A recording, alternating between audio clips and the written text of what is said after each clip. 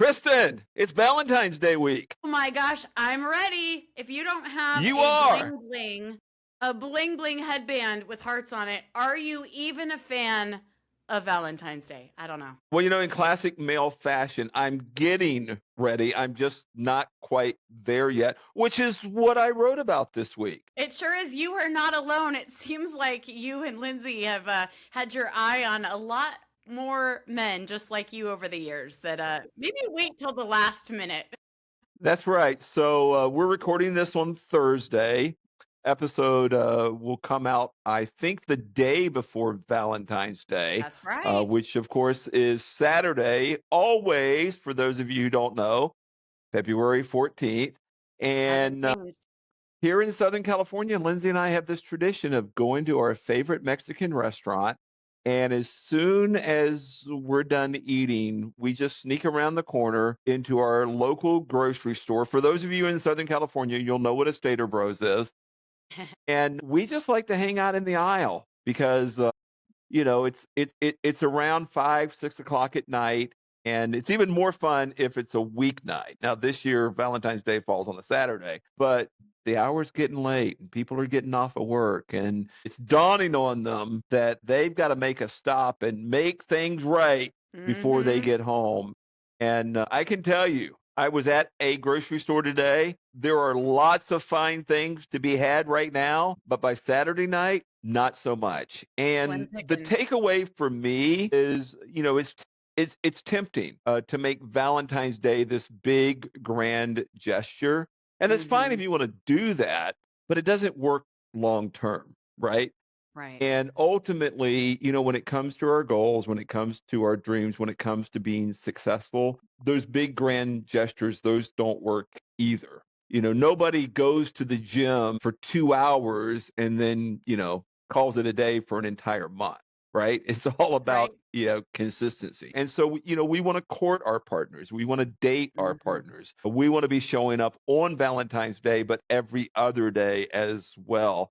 And the same is true with our goals, our dreams, and our success. So, start early, start today. Don't wait until Saturday. Don't wait until Valentine's Day. And don't wait for Lindsay and I to show up in the aisle of the grocery store to mock and make fun of you.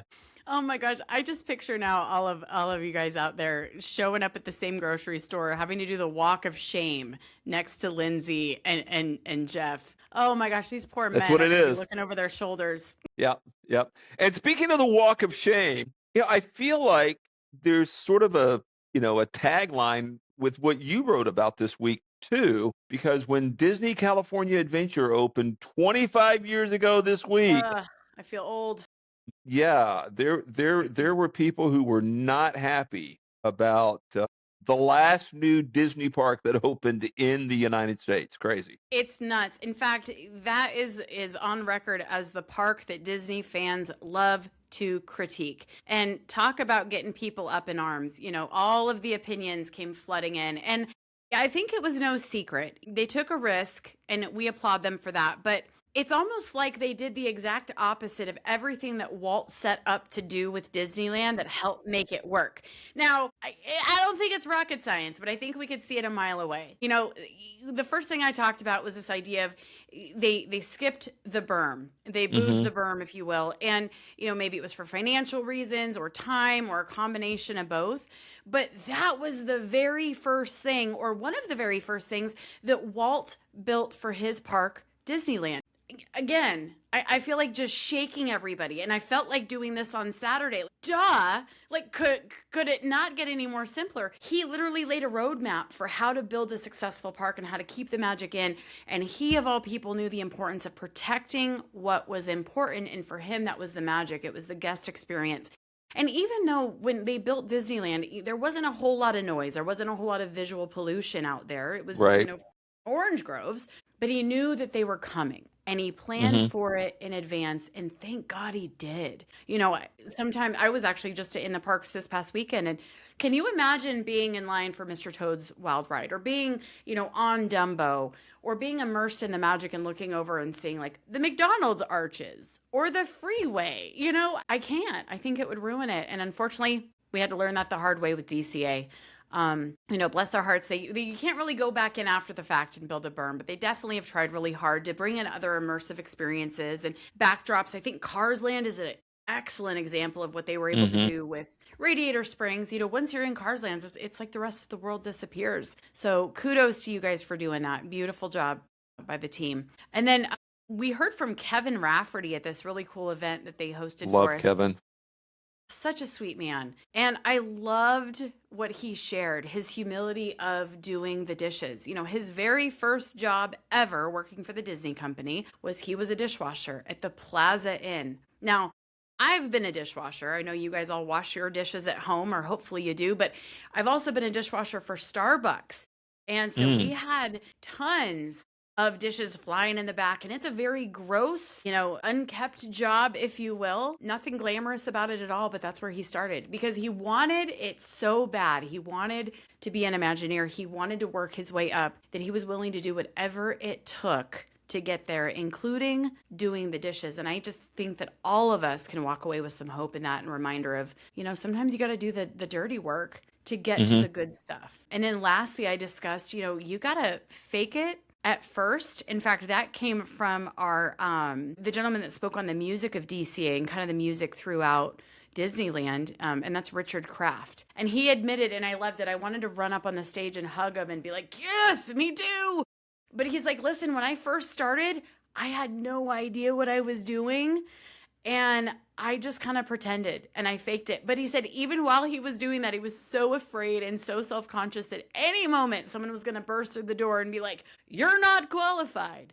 And something that I shared in my article this week is because those of you that don't know, I'm a full time English teacher at a charter school here in Vegas. I am so afraid that as I'm pursuing this dream of public speaking and writing and networking and podcasting, someone's going to break down the door and say, but wait a minute, your degree is in English language learning and English literature and the public education system, and you don't belong here. It hasn't happened yet. And if I can take anything away from Richard, it's not going to happen.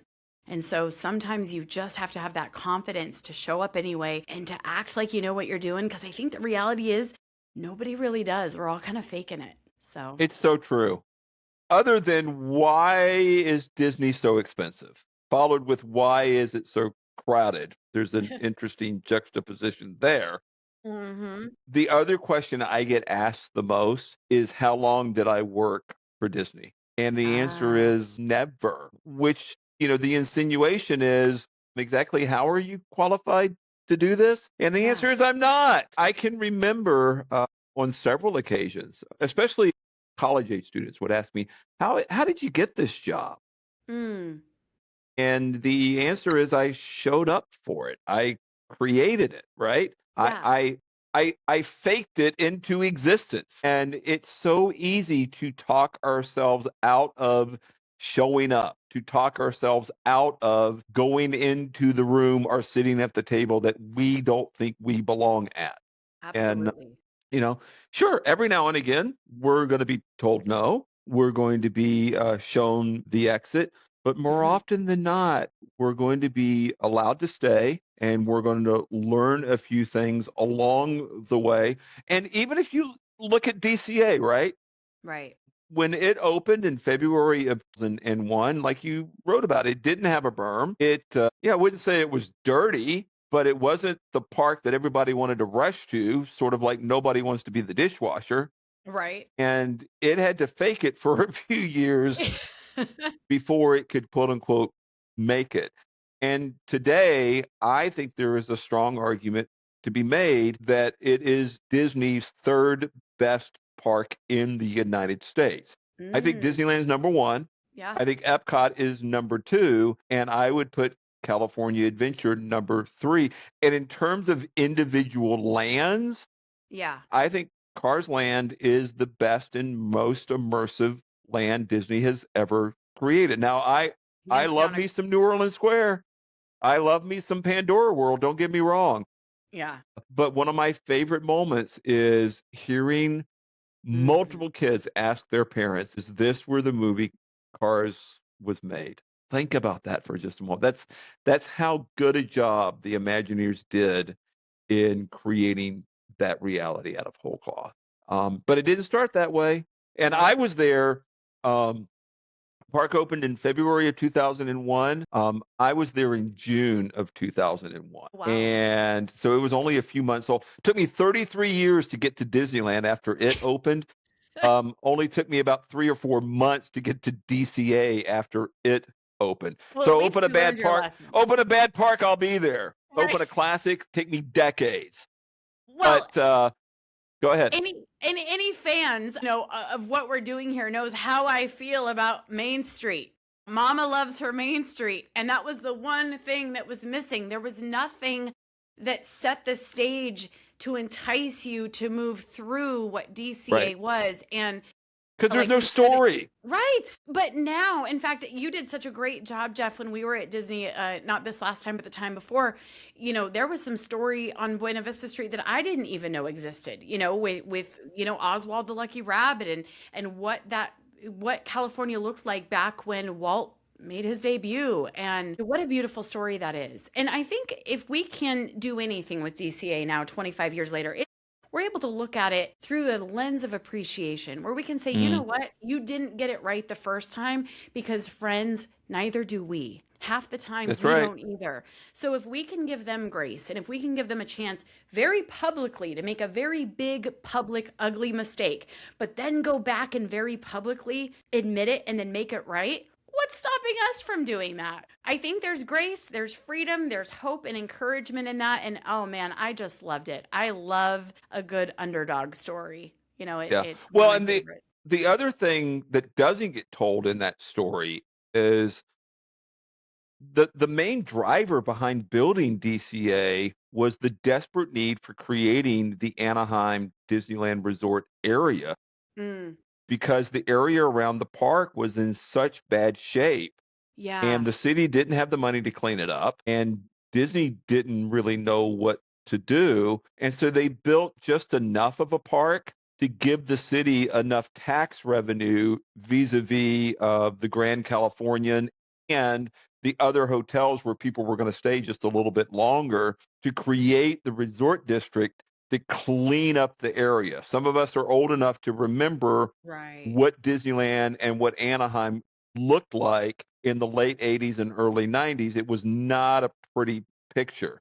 And Mm, DCA might not have been a success right out of the gate, but the Anaheim Resort District was a huge success and has been for the past 25 years. And so kudos to Disney for pivoting and yeah, making that work. And they would have loved to have given us a Westcott. Uh, but after yeah. the failure of Disneyland Paris, they were like, Mm, not so sure. And if you look at what happened later on in 2001, i.e., 9/11, mm-hmm.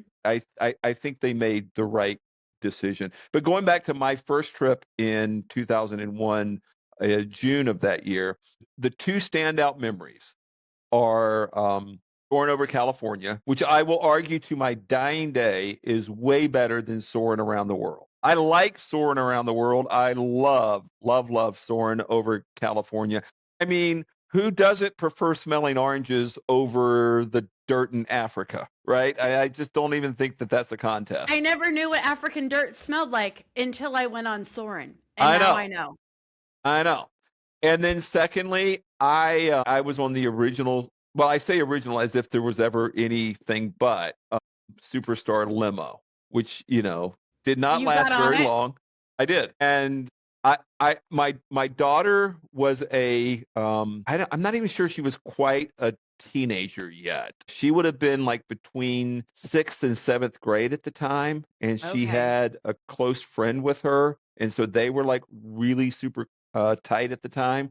Yeah. They freaking loved it. They thought it was the best thing ever.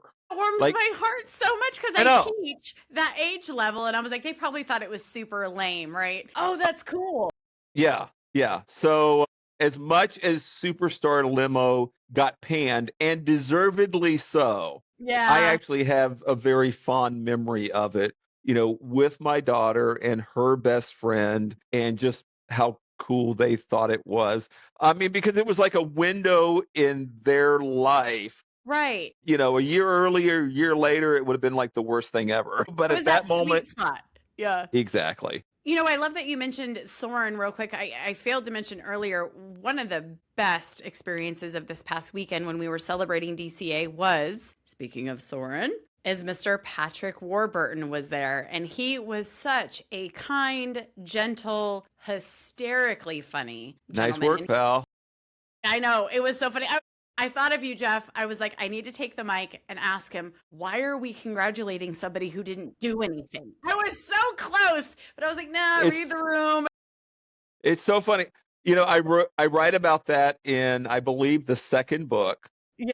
where I talk about having to hustle and you've got to do the work and Yes. how tempting it is to want the rewards when you haven't done anything. And I talk about the pre-show video where, Patrick Warburton does the nice work pal to the kid who just sits there the entire time, right? Yeah. Kristen, I kid you not. I have had readers from around the world be at either Disneyland or Walt Disney World and send me screenshots of that scene and, give me the nice Yeah. work pal, thumbs Yeah. up, I love it. because of that line and that story in the book. So I'm jealous that you got to see him and got to meet him. How cool is that? He was so cool. We got some pictures. Our table was actually right next to his. Super fun guy. And of course, he takes the stage and does the voices from Zootopia, and kind of Wow. walked us through like how he got to where he's at too. And again, it was just one person after the next that said basically the same thing. We didn't know what we were doing, but we knew we had a passion and we knew this is something that we wanted more than anything. And we were not going to let anything stop us. We just did it anyway. And so what a It's awesome. cool weekend that was. So Very cool. All right, yeah. folks. So there you go. Happy Valentine's Day. Date your partner, date your dream, show up, and go crush it. Can't wait to talk to everyone next week. Nice work, pal.